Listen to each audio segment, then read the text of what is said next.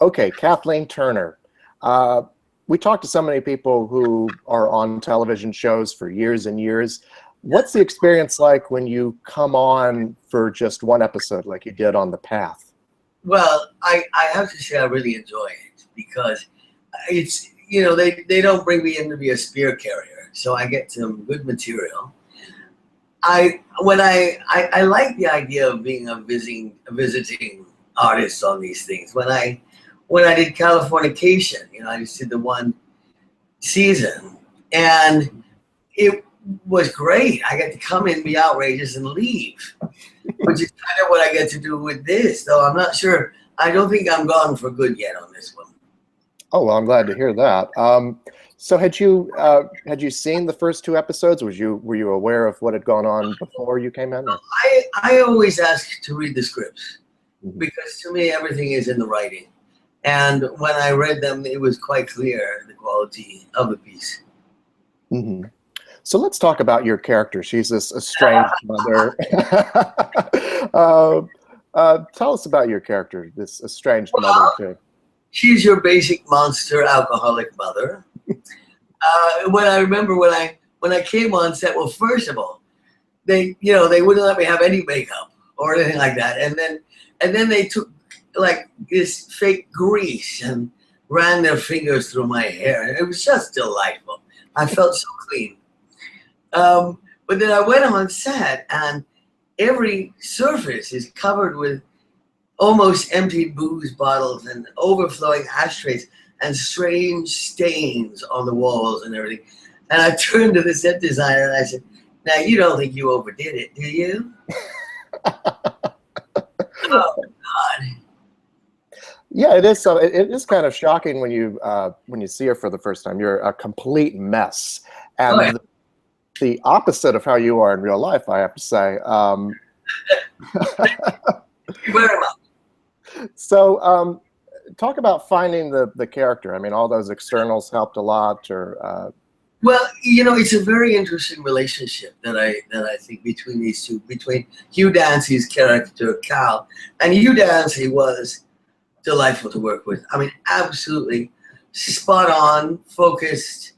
You know, we had a discussion about how far the anger takes him, and and then when we get to the nursing home and he finally loses it, and how much of it was the drinking and how much of it was anger that had been stored for God knows how long.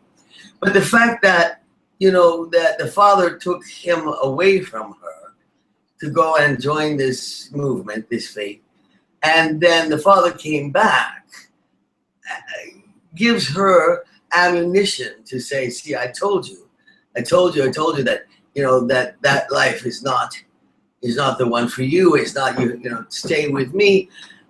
I mean, she's a mess, but I don't think she drove them away so much as the father made the choice to go pursue the path and came to regret it, and which convinces her that Cal will as well. hmm I think that's what's really interesting about the character is that on the surface there's this bitterness and drunkenness, obviously, but there's an undercurrent of pain there too. Like you genuinely miss your son. Was that a part of it? Oh, I think so. I think that, I mean, at this stage when we meet her, she's lost the husband now also. She's lost Cal's father. And I'm not sure if I'm remembering this exactly right, but I don't think he came back for the father's funeral or anything. Right. And which is another hurt, for her. I think she really counted on that. And her slide down into this, what do we call it? This hovel that she's created around her, and the danger inherent in her state, I think is very compelling to Cal, to his character, that there is certainly a sense of protectiveness there that however much they have fought or disagreed in the past, when he sits down at the table with her, when he tries to get her to eat something, when he agrees to have a drink with her, You know, I mean, part of that is recapturing the old relationship, I think. So you've only got a handful of scenes in this episode. Yeah. So as an actor, talk about making those scenes really pop, you know, really count. Well, one of the things was the director of this episode, his name is Mike Weaver. I worked with him on Californication, and that was really pleasant. That was really, I thought he did a great job. And I thought he did on this too. He's one of those directors that has everything thought out. He's camera blocked to the scenes. He knows us, and we shot them back to back over 3 days.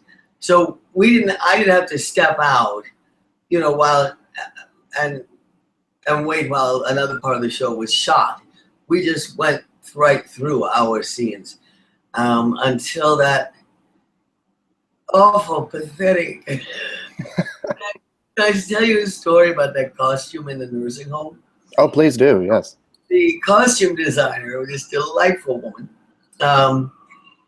came to me and said, you know, what do you really hate? What colors you hate? I said, I hate pink. I said, don't ever put me in pink. She said, oh, good. I mean, something's going on here. And then she tells me this story, which is very touching, that her mother was in assisted care because of Alzheimer's, I believe. And she would go to visit her, and her mother wouldn't necessarily know who she was or anything. But she went one day, and she said her mother was always a very classy, very sharp dresser. And the nurses or the attendants had put her in someone else's clothes because they were clean, and I guess they figured it wouldn't matter. So she walked in, and there was this woman who looked like her mother in these someone else's pink frilly clothes. And I said, oh, that's appalling. Let's do that. So we did. Yeah, that scene at the end is pretty shocking to see her made up like that, you know. You know, you've had such a wonderful career. I was, you know, jotting down a couple of titles that you'd been in and some of the people you've worked with. Body Heat and the Accidental Tourist with Lawrence Kasdan. Yeah. Bill Hurt was in both of those as well. Yes, William Hurt, wonderful William Hurt. Talk about doing those two movies. That was right at the beginning of your career, Body Heat. And then Body Heat was my first film. Yes.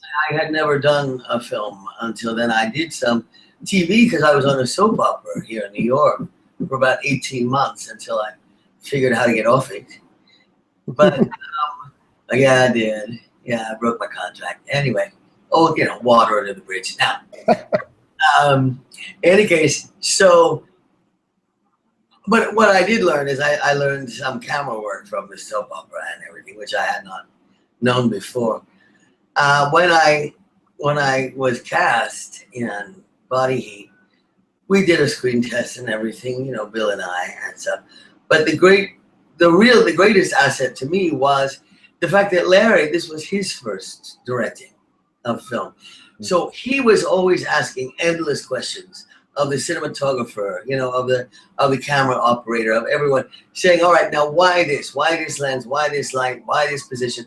So I was glued next to Larry, you know, hearing all the answers. So I was trying to absorb as much as I could, even though, you know, I look at the film, if I don't much, but if I happen to see some of it, I see places, for example, where I kind of upstaged myself or something because I didn't understand well enough yet how a camera worked. But it was the most intense. I mean, making a film like that, or a film period, is 3 months of this world that is so tight and so unreal, and then suddenly you're wrapped and everybody goes home and it's all over, and it's jarring, you know. At least on stage you go back into the world every day. Mm-hmm. And it's interesting, I mean, you two did two completely different kinds of movies together, because after that you did The Accidental Tourist, where He'd made a couple more movies after that. You'd made a few movies after that. What was it like coming back together after all that time? Easy. It's lovely to come back to people. Both Larry and Bill and all of us felt, you click right away. You just come right back into kind of where you left off. It's sort of like, if I have a run of a play like Virginia Woolf on Broadway, and then we have a few months off, and then we take it to London, suddenly everything is clearer and cleaner because you're starting much further down the line. And going back to work with people like Michael and Danny, for example, it's just, you're starting so far ahead of when you first met that it's a real boost. Speaking of those two guys, some of my other favorite movies are Romancing the Stone, which you did with Robert Zemeckis. Yeah. You did Jewel of the Nile after that. And then later you and Michael did the greatest divorce comedy of all time with Danny DeVito, War of the Roses. People come up to me and say, I had a divorce just like that. And I said, I'm so sorry, honey. Talk about working with the three of them and how that developed. Danny and Michael are a team. They roomed together when they first got out of school and came to New York to start their careers. So they go so far back, the two of them, that I felt like I was being indoctrinated into a boys' club. I got to be part of the boys' club. Yay! And that was really fun. And the first film, Romancing, we were down in Mexico for much of it. And we would play these terrible tricks on each other. With just, oh yeah, awful. And I'll never forget that we had, they kept trying to make a good version of the emerald diamond, of the emerald hearts, yeah? But they were just, most of them were lousy. So we had all these rejects of these green glass hearts. So whoever got hurt the most in a week got awarded one of these rejected green hearts. So I got two. Do you still have them? Yes, I think I do. Well, you always collect some things from movies, I guess. You slide 5 times. Also, with Robert Zemeckis, you did some voice work on probably the first movie I ever saw you in was Who Framed Roger Rabbit, where you were Jessica Rabbit. That was, excuse me. Yeah, Bob, that film and that kind of film, will never be made again. That film will never be made again. Partly because of all the the advances in technology, but also because it's so extraordinarily meticulous. Frame by frame is drawn, and the sound matched. And Bob kept sending me, videos of the work that they were doing. For example, when they were filming Bob Hoskins, God love him, honestly, in that scene where she says, "You don't know how hard it is, looking the way I do. And he says, "You know how hard it is being a man looking at the way you do." Anyway, so he was actually talking to this stand. We just sort of had put it in places so that he had a referral point, kind of thing. And then they would start to draw in over that, and then I would come in at a later date when most of the body was in, but then they need the voice and the breath to do we stuck in, Jessica had such very large boobs that I said, well, wouldn't it be fun if we kind of did some so they could bounce, So we did. And then we move on to the face where you get the real final touches and expression. So it was a brilliant process, incredibly detailed, which Bob excels at, Mm-hmm. Yeah, it's amazing how seamless that movie is, even today. With all the advances in technology, it still looks like you're in the same room with these cartoons. Absolutely. So also, you made one of my favorite John Huston movies, Prizzis Honor, with Jack Nicholson. I love it. What was it like working with those two? Well, this was really John's last full film because he was quite ill with the emphysema, and And perhaps but I will. He he was he would have days when he really couldn't hardly breathe at all, and he would say to Jack and me, figure out something, and then when you're ready to show me, then I'll come back, so he could rest, I suppose. So we got to do a lot of our own fun, a lot of our own thing. I mean, it was Jack's idea to start a scene with me draped over the arm of the sofa, and him getting up and stuff. My idea, I think, was in the bed, who's on top. They're rolling down the bed until we fall off. So we got to do a lot more, I think, than usual in terms of participating in the blocking and the thinking out of the film. Jack is such a superb actor that very often, and I know I shouldn't say this, but I will.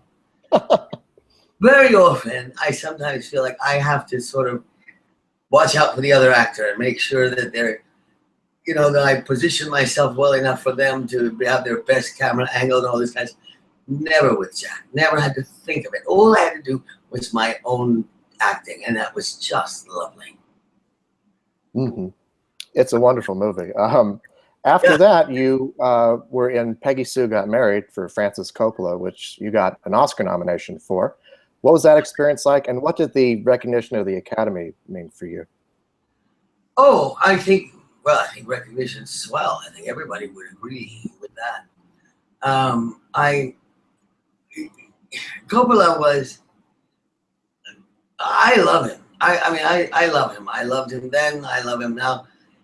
But yes, there were times when I think the only real conflict we had was he had this silver Airstream trailer, we call it the Silver Bullet, and he'd have his video screens in there. Now, this was the days when you just had the one camera and everything, so you just needed one screen. You were only getting one picture here, guys, But for some reason, he decided that he wanted to go back to the trailer. So he said, well, would I mind if he directed from the trailer and he would convey his direction through the walkie-talkie through the first assistant? And I said, no, I wouldn't mind at all. I would go act in mine. Mm-hmm. So then we reached an agreement. And he stayed on, so did I. So then into the next decade, you were in Serial Mom for John Waters. Yeah, I was laughed myself sick every day.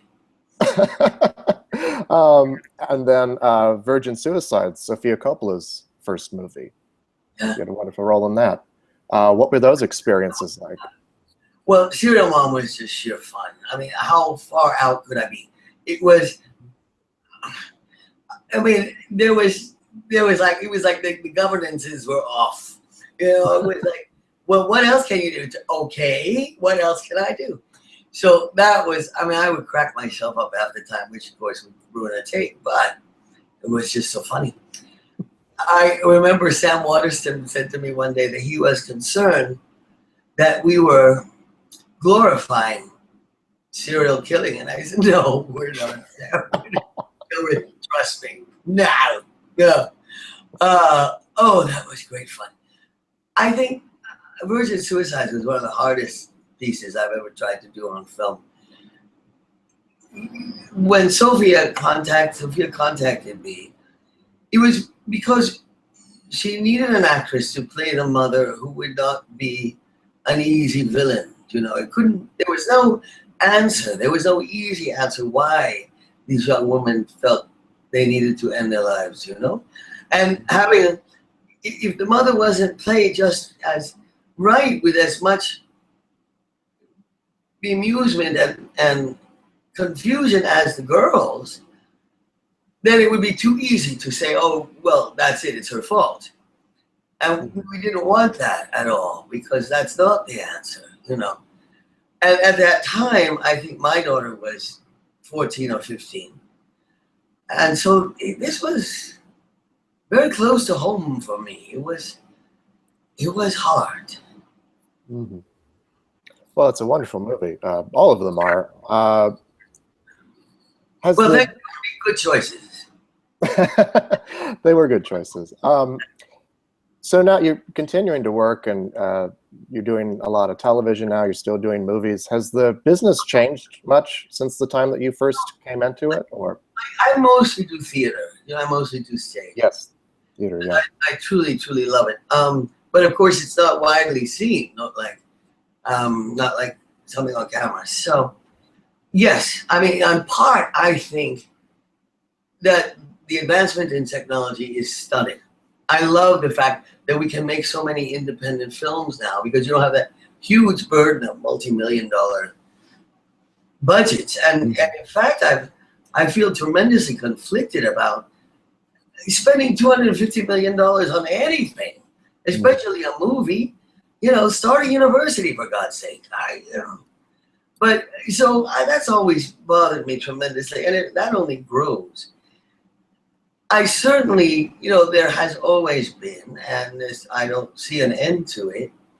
One of the reasons that I worked toward stage as my career went on was because there are wonderful, strong, interesting female characters in theater that simply are not written for camera work.